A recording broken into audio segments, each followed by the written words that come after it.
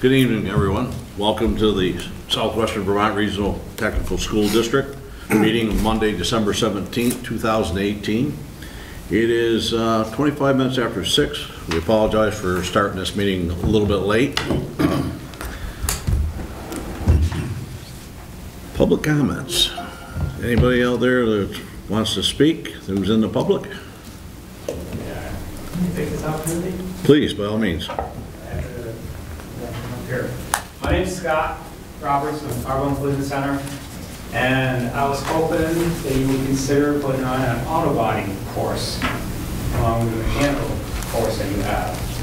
Because this industry is actually fading away, but the business and the volume is not. I work at Carbone, and we're having a hard time finding qualified body techs. I know the other shops in this area are also looking for techs.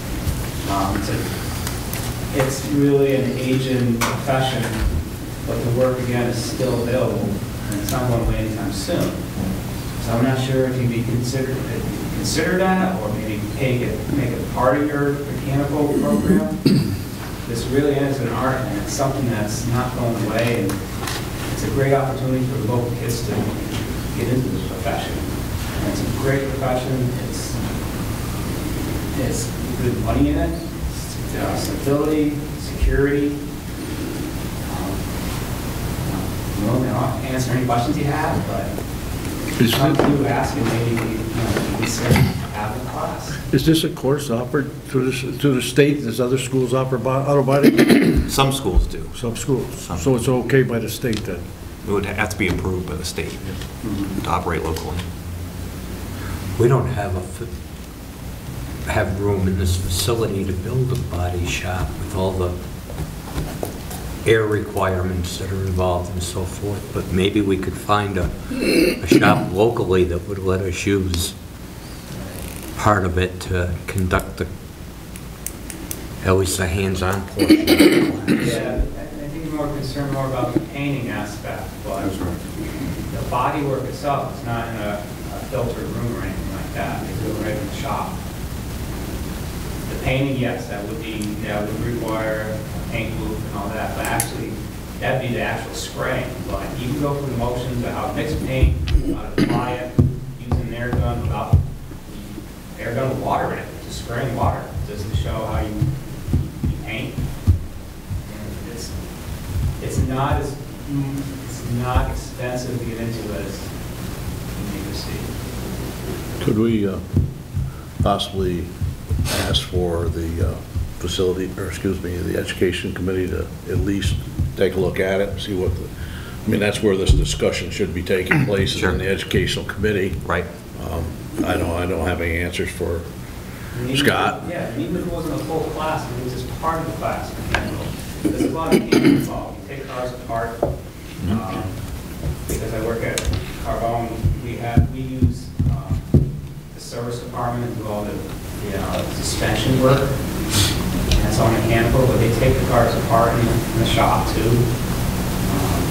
Wiring, plumbing, AC recharge, cooling systems, radiators, all that. It's all part mechanical, so maybe it's just an aspect of your course. Body work's an art, and any of the kids that actually, besides mechanical inclined, but maybe artistic, it takes a lot to do body work.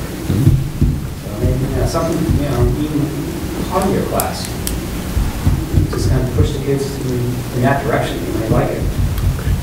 I could speak to Carbone, the management, if you guys wanted to do like a field class, a field trip or something like that. Just see the shop and see what they do, watch the techs work and what have you. There's welding involved too. This is tons of things. It's all mechanical. But the body part, nobody covers it. And that's the point right there. Everybody has mechanical classes, but they're not doing the body work. It's a whole aspect that's being overlooked. And it's faded away. Is there, I didn't mean to speak out of turn if I did, is there body work being turned away in this area because you don't have the people to do the work? Definitely. I used to have 3 techs, and I'm down to 2. was from North Adams. He has a job down in Pittsfield now. There's no work down that way. The fact that Massachusetts doesn't pay as well as Vermont, because there are some shops down there. In Springfield, Massachusetts, you can literally push your car from one shop, if you weren't happy with that shop or what have you, you can push it across the street to the next body shop. That's why their rates are so low. Massachusetts is a tough state. Up here in New York, the rates are much better. It's not as much competition. You literally have to drive better than across the street to the next shop. So, and unfortunately, I've called here, Adams Mechanical. I called in Cairns in North Adams years ago. I grew up in Steventown. I went to BCC, North Adams State. I knew Cairns had a mechanical shop that used to do body work. And they do not do that anymore. The only school that actually does it is Hudson Valley, but that's after high school. Right.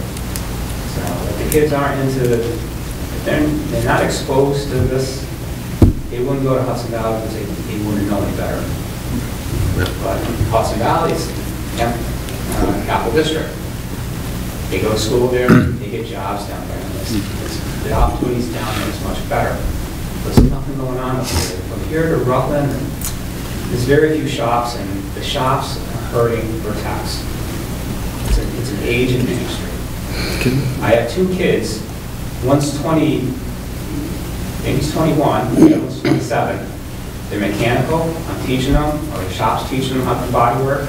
They're almost techs.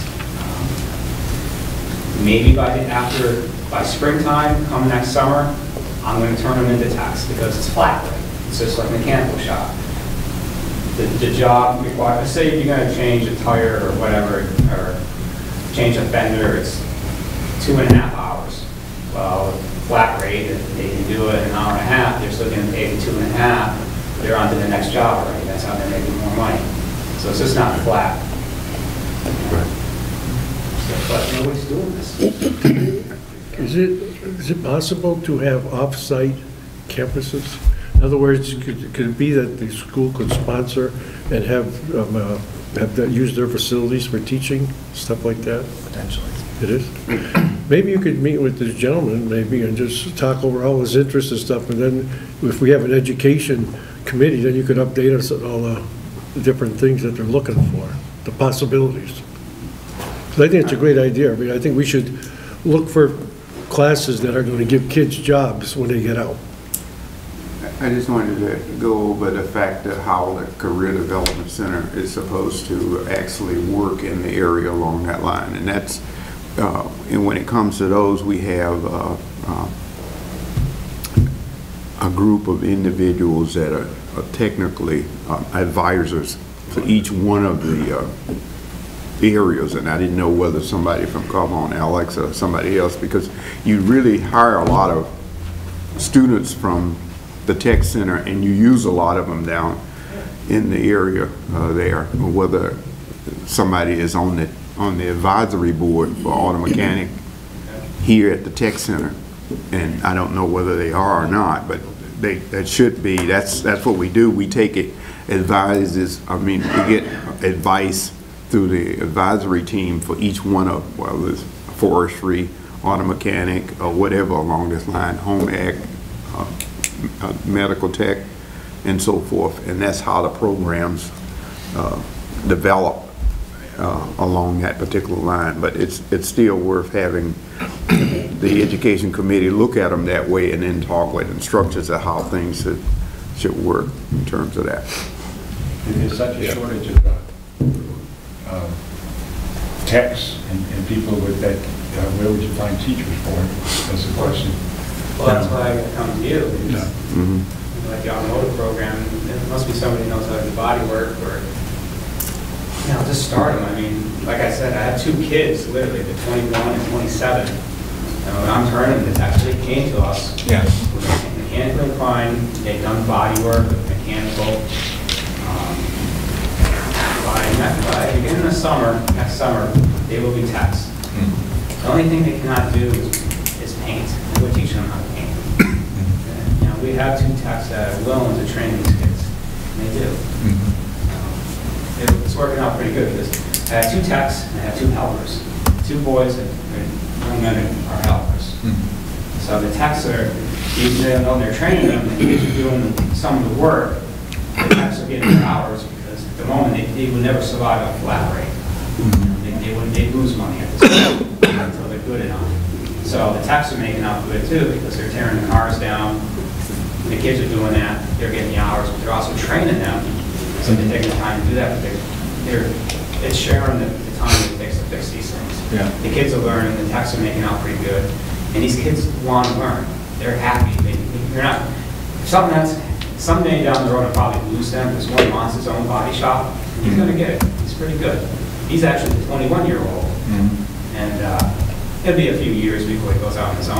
Hopefully, I don't want to lose him that soon, but that's the drive I'm looking for in these kids to do this job. So that's why I come to you, because if we get them in, we have kids in the automotive program right now, and they do a little bit of body work to see it, like a field trip or something to the shop, and I might just give them incentive to go in that direction. All right, one more. Franny, you gotta move along. Yeah. I've been doing body work since I was 16. I'm 66 now. I can do it all, and I'm real picky. The problem you have in Vermont State and New England states is they don't want to pay. And as far as flat rate, throw it away. It doesn't work.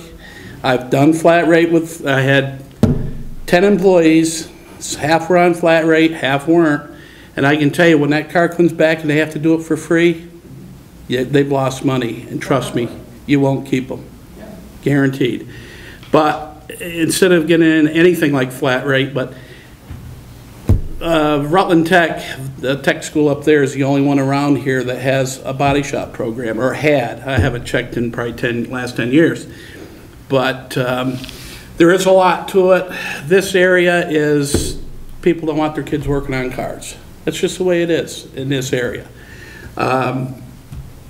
You get the big dealers coming in, and Carbone is one of the big dealers, and it's push, push, push, money, money, money. But the problem is, you gotta wanna do body work. You gotta love to do it, not because of the money, but because it's a trade you want. And then you can have your own shop. I've got my own shop. I've had it for years. The problem is the way you attack it. And these young kids, when they're coming in, yeah, it's the same thing in the mechanical. And there's a lot of things to do, but I can tell you, flat rate isn't the way to go on any of that stuff. You want to get their interest, and then the next thing is pay. I worked for a dealer for 15 years. They don't want to pay, and they haven't changed any. But anyway, that's all I got to say about that. Well, I agree with you, I disagree with you, because Well, I've run enough shops. I understand. I'd like to, But the shop that I just lost, Yeah. he did a truck 3 times, Uh-huh. and he quit on a Friday. I told him, okay, well, if you did it good the first time, not the 3 times, and there was a customer who saw it and brought it back, said you would not be doing it again, okay? And after he left, that truck came back 4th time, my best tech fixed it, and the guy's happy. Now, if my best tech did it and knew what he was doing, he could only do it once, and it would have been gone. As far as flat rate, the man makes $20 an hour.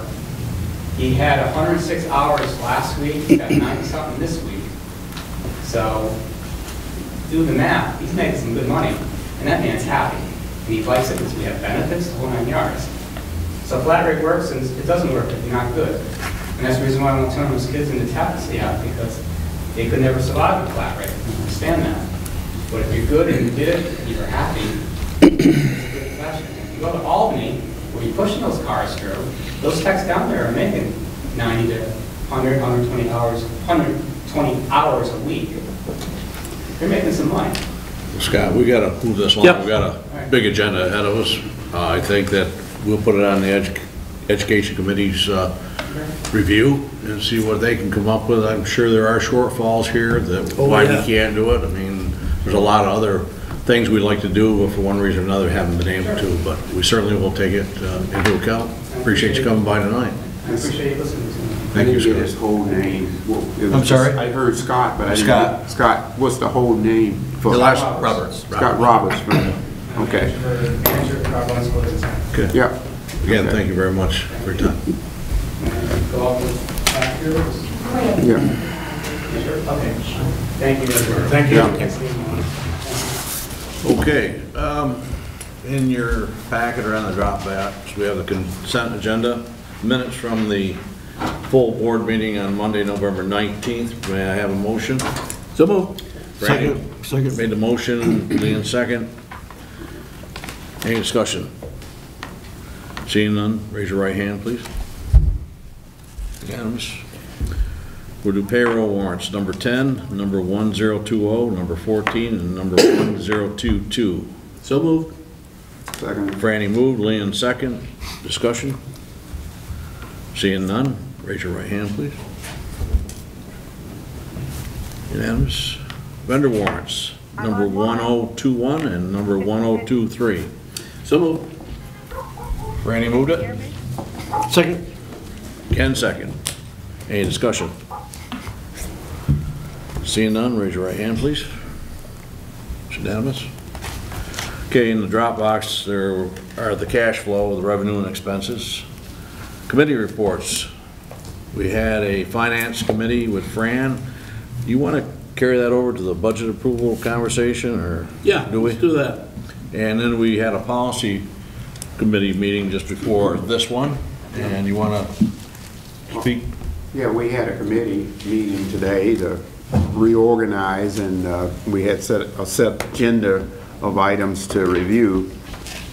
We got as far as a policy on policy 1000 to prepare it, and so we'll be planning another meeting to try to meet monthly to continually discuss the different policies. So it was a pretty good meeting today. Thank you, Fran. Had good attendance too, which Yeah. good. Okay, action items. We're going into the budget approval. You want to take over, Mike? Well, it's definitely take over. Or staff? We'll co-present like we've done with the finance committee. Does anyone not have access to their Dropbox? Right this second, you need. What do you want to have in there?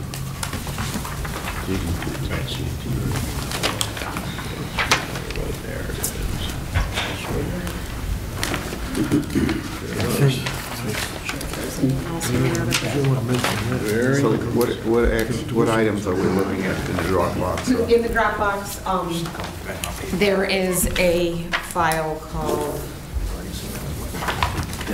the December 17th budget presentation, Okay. and that's where we will start.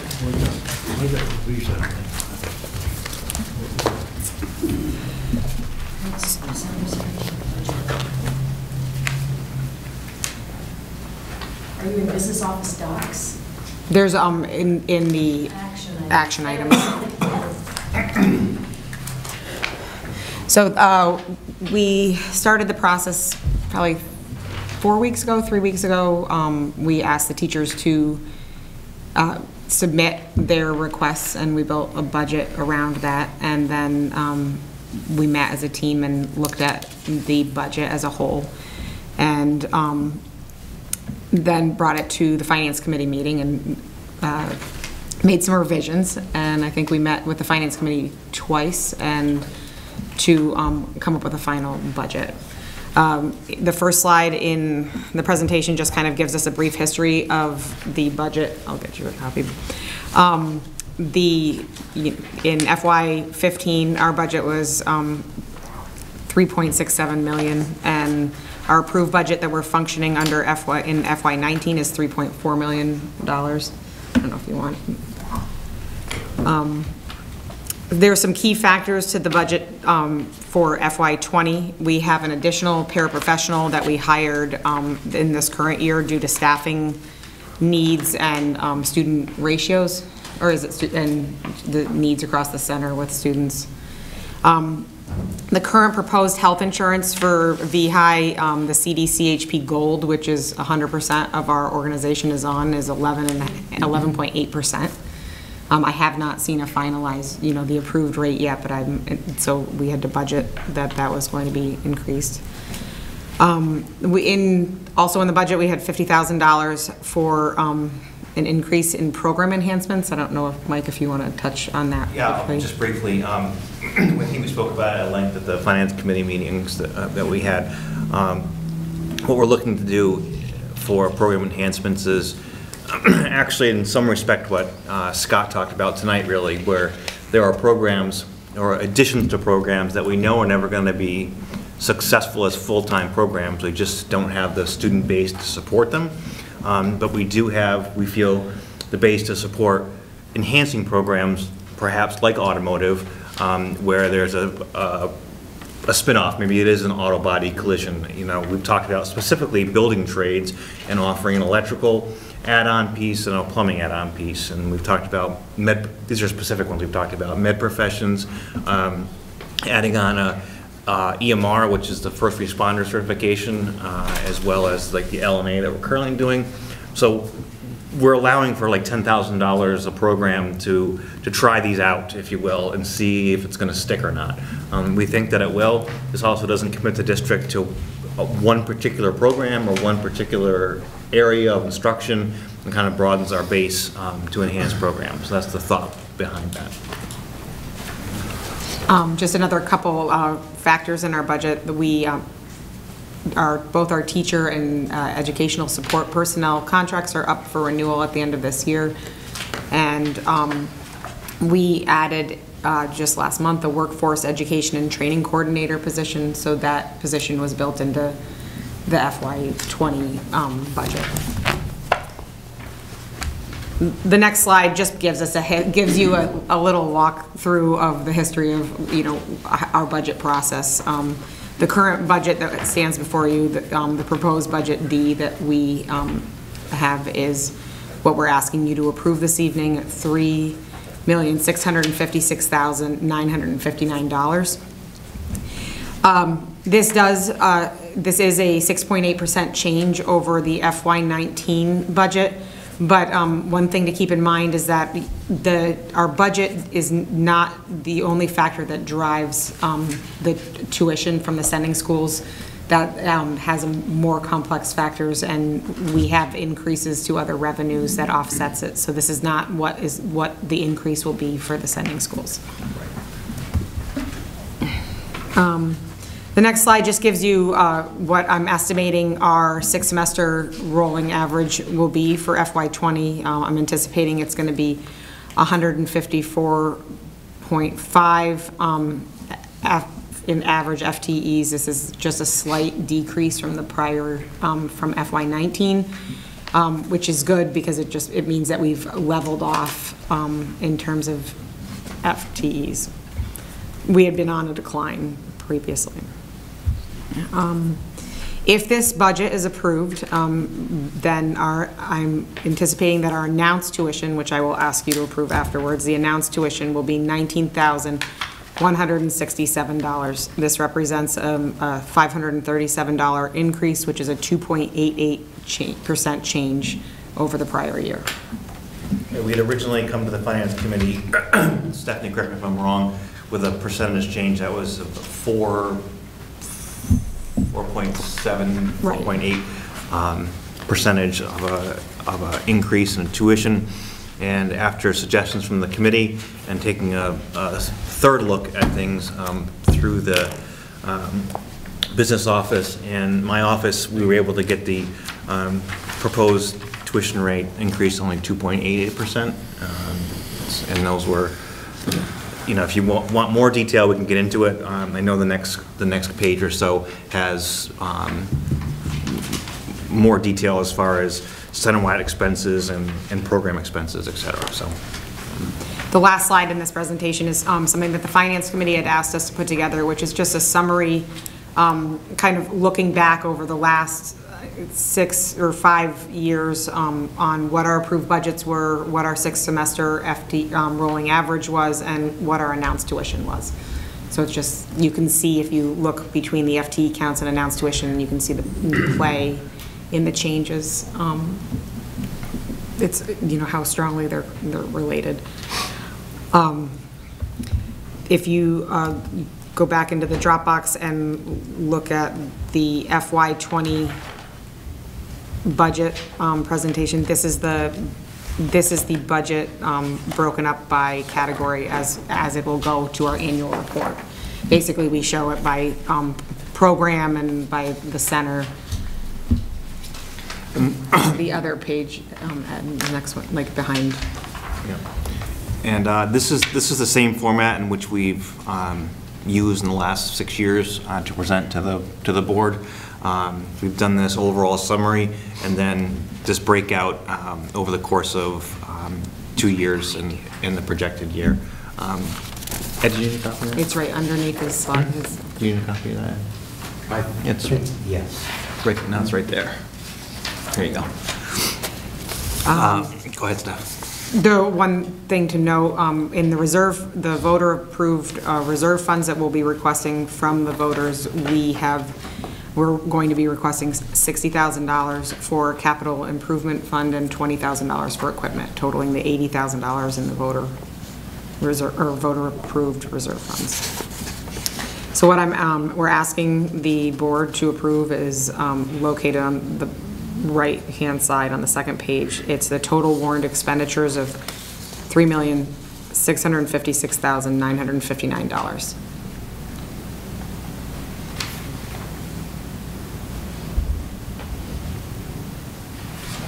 And again, that represents a 2.88% increase in our tuition rate. In our tuition rate, correct. Leanne? The question, you just mentioned something that in terms of voter approval separate, and I didn't see that down here, and I'm just trying to see how that play in and affect our budget. Is that separate? It's included in, currently so as it stands now, it's always been included in the total warrant expenditures, but in the event that the voters did not approve those contingency items, they would be reduced. That the total warrant expenditures would be reduced for the operating budget. Right, the voters approve those every year separately, but they are embedded into the total budget requests. Correct. Okay, I just was, when we brought it up and I was looking for that and I'm saying, oh, I didn't see that anywhere. And in January, you know, I will bring you the entire warning to approve, you know, which will have the reserve. Warn them the ballot, right? We do every January. Okay, but this is what's going to be given to the other, this budget here, so what we'll be, set the tuition, what we'll be giving to the other school. Correct. I just received an email from Renee Gordon, you know, checking in to see how we were doing, so they must be waiting. For our numbers. Yes, I'd given her preliminary numbers, but I think she's just trying to.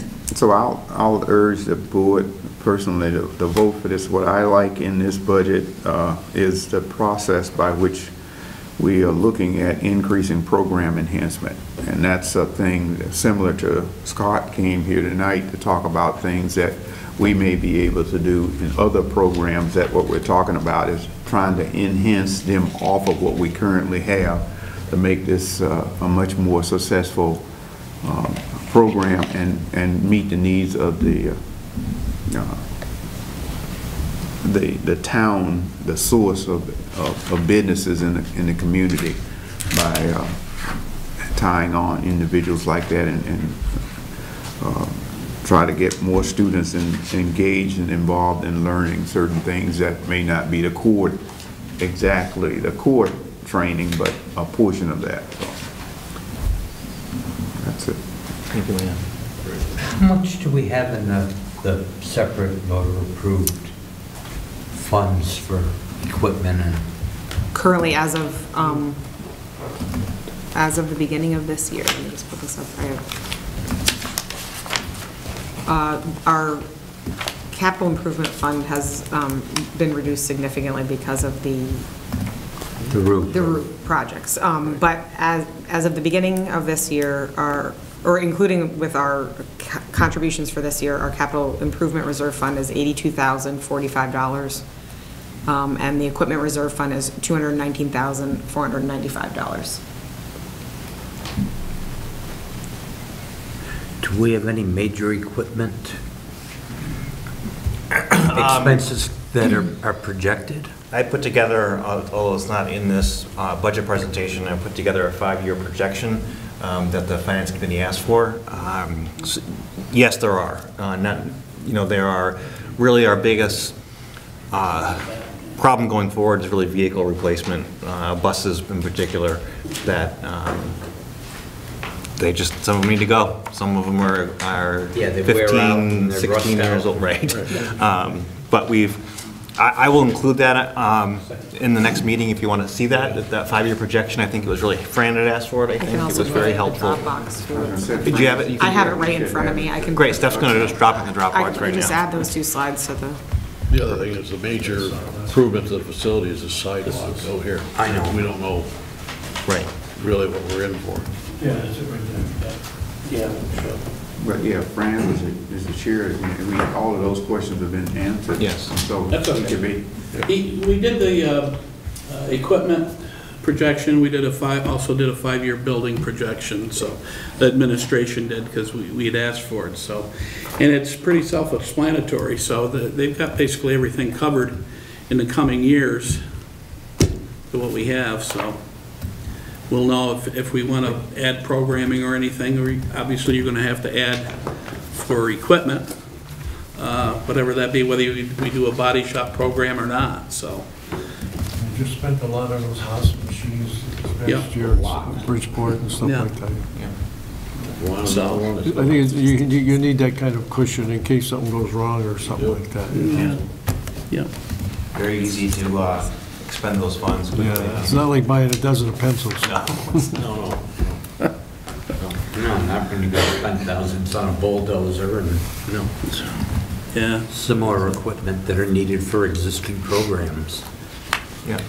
I have a question. What's the abridged process for instructors submitting their budgets? And if you have a new instructor, is there a template? Is there a one-on-one guidance? So every year we put out I sent out an email that has screenshots on how all of our instructors use our Infinite Visions for their purchasing during the year. So a new instructor who comes in, we would meet, either Kathy or I would meet with them and show them how to use the Infinite Visions to put in their purchase orders. The process is very similar in submitting their budget, and we send out screenshots. And a couple years ago, I set up meetings and had everyone sign, and then people didn't sign up, so I stopped doing that. So now I just kind of like, if it's somebody that needs more help or wants to talk a little bit more about what they're submitting, they do.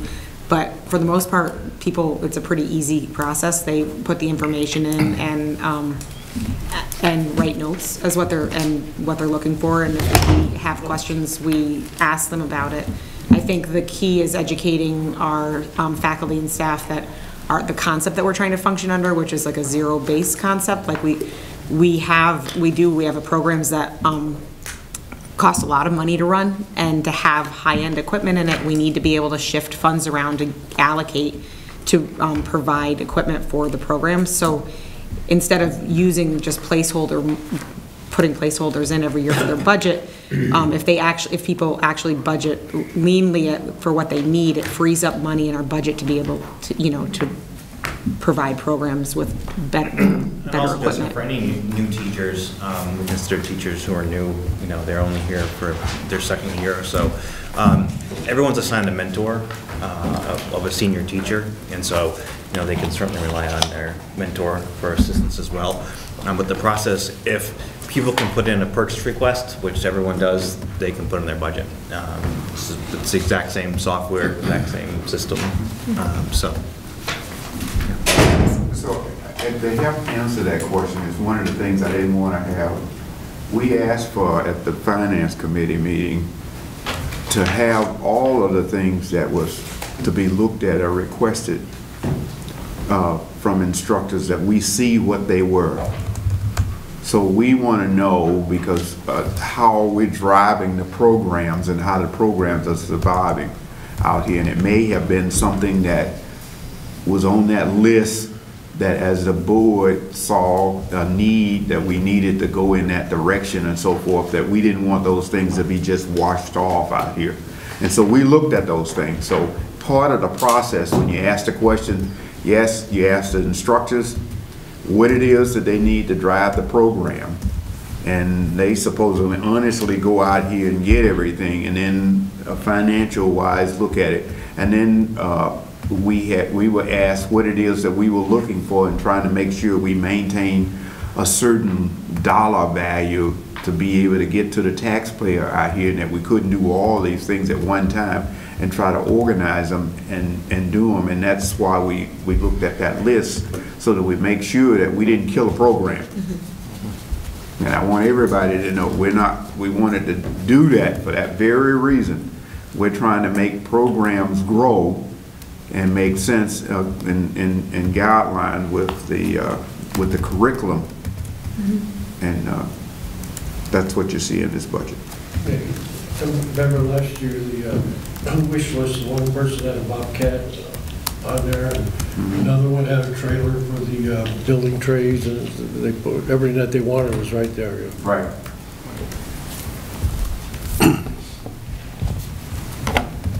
So I'll second Leon's motion to approve the budget.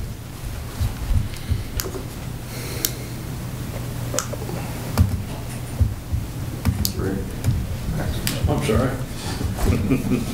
That motion and second. Motion and second. Budget. Okay.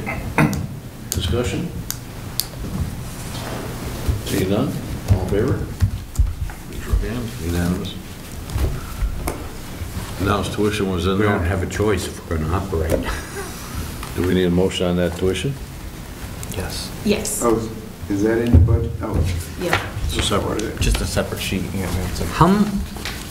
How much of the tuition, Let's get a motion first. We'll discuss first. Randy, please. Make a motion to Thank you. approve the tuition. $19,167. I'll second it. There you go. Randy made the motion. Leon second. Now we'll have a discussion. state reimbursement of the tuition amounts to what? I know we don't know the real actual number yet. I'm sorry, let me pull this up. So the state reimbursement this year is, we receive, I believe, let me just find them. All right. The state assistance we receive is two pieces. One is an on-behalf payment. That's money that's routed to us directly from the state instead of sending it to the sending school.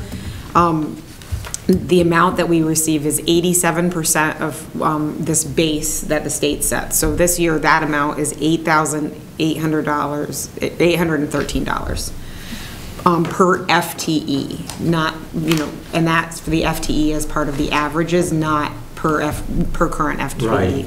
The other component that we receive from the state is the tuition reduction grant, which is 35% of the grant, the base amount. So that this year is $3,546. So, does that answer your question, or do you So have? the remainder's picked up by the So, sending districts. correct, so I'm anticipating that the sending districts this year will pick up $6,808 Per FTE. per FTE. That's where I was going. Okay.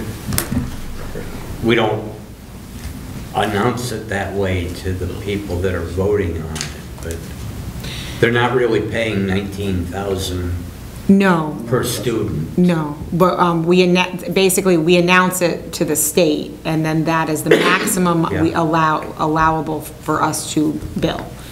And just also remember that, just to correct Ed, when we talk about that number, it's not about a student, it's about an FTE, and for us, an FTE is 240 minutes. Right. And that means for every student that's in a program, it takes 2 students to equal an FTE, and every student that takes an intro class, it takes 4 students to equal an FTE. So it's not a 1-to-1 ratio at all. I mean, it's a very misleading number, I know that. But I'd just like to remind those who are watching at home in the public that that FTE is not a single student. It can be anywhere from 2 to 4, based on the time they spend here at the center with us. Yeah, Vermont couldn't make this more complicated if they tried. I think their intention of doing the 6-semester rolling average is to minimize the fluctuation for the sending schools over a period of time. But it is complicated. It's very complicated. But we know it now, so until it changes. Okay, any further discussion? All in favor of the tuition? Right. Unanimous. Have a resignation, retirement in the drop box. I'm assuming. I do. I'd love to have you talk about it. I don't want to talk about them. Never stand in the way. Okay. So there are 2 letters in the Dropbox in your hard copy packet. I'm going to start with the retirement. I'll read this to you.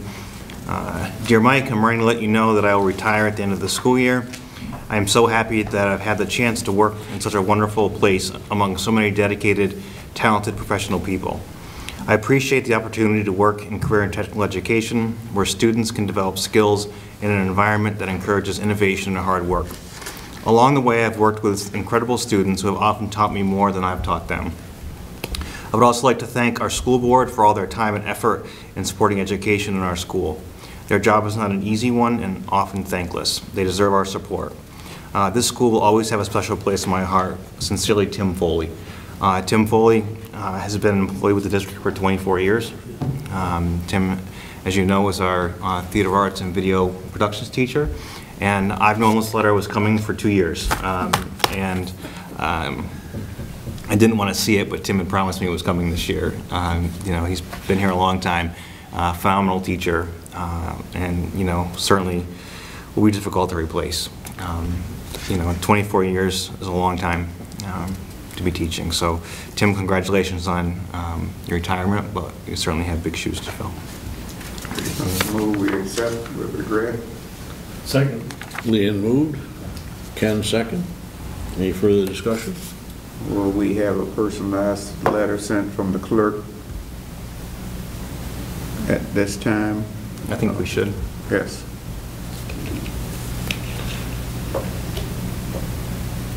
Anything else? Well, it's not the Army, so we can't shoot them for desertion. Okay. All in Maybe we ought favor, to raise be your right safe. hand. All in favor. In that letter. Unanimous, thank you. Excuse me, in that letter, you might want to thank him for his service. I mean, he's done a great job Yes. for a lot of years, so. Absolutely. Okay, let's continue. The second letter that's in your Dropbox is a resignation. I'll read this to you as well. Dear Mike, please accept this letter as written notice that I'll be resigning from my position as business manager as of Friday, February 1st. I feel very fortunate to have worked at the Career Development Center. The dedicated faculty, staff, administration, and board make the CDC a wonderful educational opportunity for students in our county. I look forward to seeing how the CDC grows and changes over the coming years. Thank you for the support and opportunities that you and the board have provided me over the last 6 years. I will greatly miss my colleagues and friends at the CDC. It is important to me that there is a smooth transition for the CDC after I depart. As we discussed, I am willing to work on a per diem basis as needed in order to ensure the business office will be supported during this time of transition. Sincerely, Stephanie Mulligan. Stephanie will be sorely missed. She is a huge part of this administrative team, and as I always, she always keeps me grounded for some of the big ideas that I have. Just like, tell me, back up a little bit, or go forward with that one. It's a good one. So I'm going to certainly miss that relationship that we have here at the school. But Stephanie's not leaving far away, so she'll still be available. And you know, on behalf of the faculty and staff, Stephanie, this is a very bittersweet time for all of us. So that's what I have. Mention the board. That's what I have.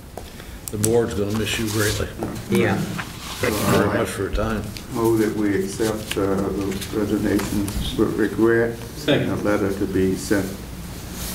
Leanne made the motion, Franny seconded. Again, I'm sure we got all tears in our eyes. I don't think anybody's going to be happy to see you go.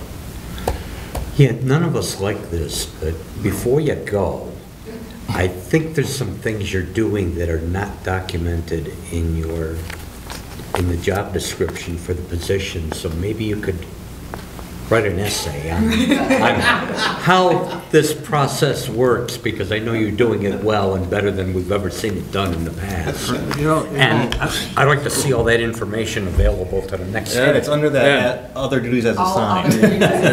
Your timing couldn't be much better. Perfect. All right.